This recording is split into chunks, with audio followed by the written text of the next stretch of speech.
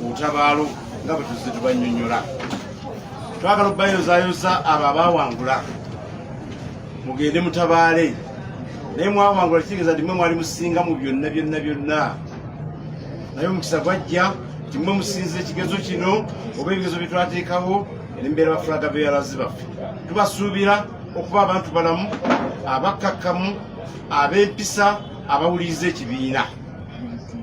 Kati ate mmwe abatasobola kubuuka kaguwa, nammwe sigamba nti mwali balungi, naye era wabaawo asingako munne. Tubasaba mubanga muli ku nsonga ekibiina gye kiriko eky'okufulumya Nakyema wa Uganda, Yoweri Kaguta Museveni n'abantu be, tubasaba mudde emabega wa bannammwe abaabasinga. Kubanga omulamu omukulu si gwakuvuganya Museveni, naye gwakumujja mu bukulembeze bw'eggwanga olw'ebikolobero ebingi byakoze byazaakula eggwanga lino emyaka 40. Kati agenda bebanga ekyo tuliko ffenna eri emu. Tubasaba muve mu byokwewandiisa nga ba-independent, muve mu byokukola kino nakiri ebyokuyiiya obuyiiya, mukkirize mubeere emabega w'abakandideti b'ekibiina, tusobole okufulumya omulabo ono nga tuli ettiimu emu, agali awamu ge galuma ennyama. Twagala abangi twalabye abatasobola kuwangula nga boogera ebigambo bingi, naye baga nti mmemme tafumba kigambo kwogeza muno kyatalyerabira. Tubasaba mukkakkane, tubasaba mujje ebintu bya sitopu tebibaamu obusungu. Tusobola kubeera nga nseenene nga tweja mu kaveera nno, tikira kubeera bwe kityo. So tubasaba banjabo ne basebo mumanye nti ekibiina kino ffenna kitusinga, tewali ali waggulu waakyo. Ate naffe abakola emirimu gino tetuli bamalayika, ne bwoba gwe nga gwotudde wano oteeka okusalawo. Nabagamba lubanaveti nga abantu 15 n'ettiimu yange, kati abantu 15 awangula era tekwakubeerako omu. Kitegeeza nti amaloboozi ag'abantu 14 mangi nnyo, sogawulyanga agalaga process tiyabadde nnambulukufu, naye nga mputuufu yali nnambulukufu. Bali ku mitendera nga mwagiraba addamu bannamawulire. Mwami Abakama twali tujja tumutegeeza tibamwongera ekisanja okulaba nti alabirira okulonda kwa Uganda kwa 2025-2026. Tumusaba ku mulundi guno yeetengerere. Ebisanja byabaddewo abadde teyeetengeredde era naye akimanyi by'Abakama. Naye tubasaba ku mulundi guno tumusaba yeetengerere.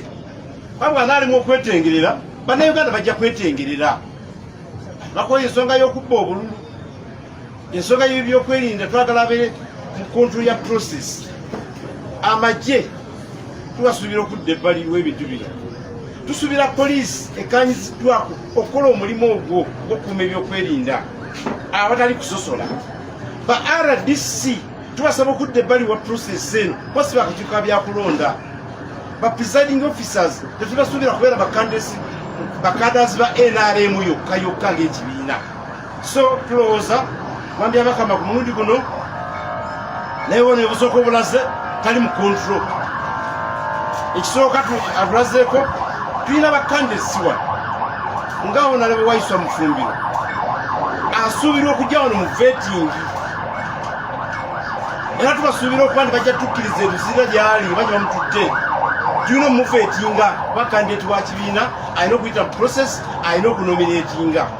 Kati kwe by'Abakama tusobola kuprotectinga bakandidesi mu kiseera kino oba tukyali mu kontrol ya process. Tusaba gavumenti ereme kunyigiriza nnyo bannayuganda, abakulembeze bonna abasibidde olw'ebyobufuzi mu process eyo ey'ebyokulonda, mu kiseera eky'ebyokulonda okuva kati mu gw'omwenda guno gwe tulimu mpaka ogwokubiri ogwokusatu, bateebwe bagende bavuganye bannayuganda basalewo ani agwanidde okukulembera. Mwami Abakama yageze maaso n'akakiiko ebyokulonda okulemesa bakandidesi baffe aba LC5 bakansalas bekwasa eno signature sintuufu ate kyekibano kukyabuzeemu naye nga twasengejja buli kimu. Buli kandidate afuluma wano mu national unity platform tuba tumutegese bulungi. Tulina bakandidesi baffe ng'okuva Hoima babalemeseza okunominatinga, Katakwiwa babalemeseza okunominatinga, Kapere Byongo yanominatinze chairman LC5, Nakasongola n'awalala tujja kumenya disitulikiti za Uganda. Essaawa n'aba LC3 oba sub counties amagombolola ne town councils bali ku nomination. Amasimu tugafuna. Returning officers bali mu kukola direct tactics okulemesa bakandidesi baffe. So Mwami Abakama, please take a control and be in charge of the process.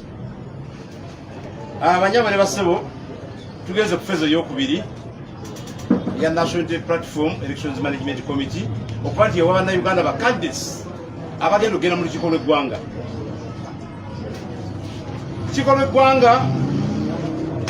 omulundi guno ba MPs mubamanye namba gye baliko twagala kuwangula constituencies zonna eziriyo etegeti yaffe era program eri bweti nga 15 ye Monday jja nga 15 Ogwomwenda 2025 subira ba candidates ba National Platform abateekamu okusaba tujjawo nga tebateekamu kusaba oyina kubanga wasaba netukusengejja no qualifying okujja kuvetingibwa Wakiso district West Nile ne Kimande kulwokubiri nga 16 tusubira aba Kampala capital city ba MPs bonna abasaba tusubira Baganda bafu kuva mu Acholi sub region ne Ankole sub region kulwokusatu nga 17 tusubira Bweta Masaka bakande simwe n'abasaba okuva mu Bweta Masaka Mulango sub region ne Toro sub region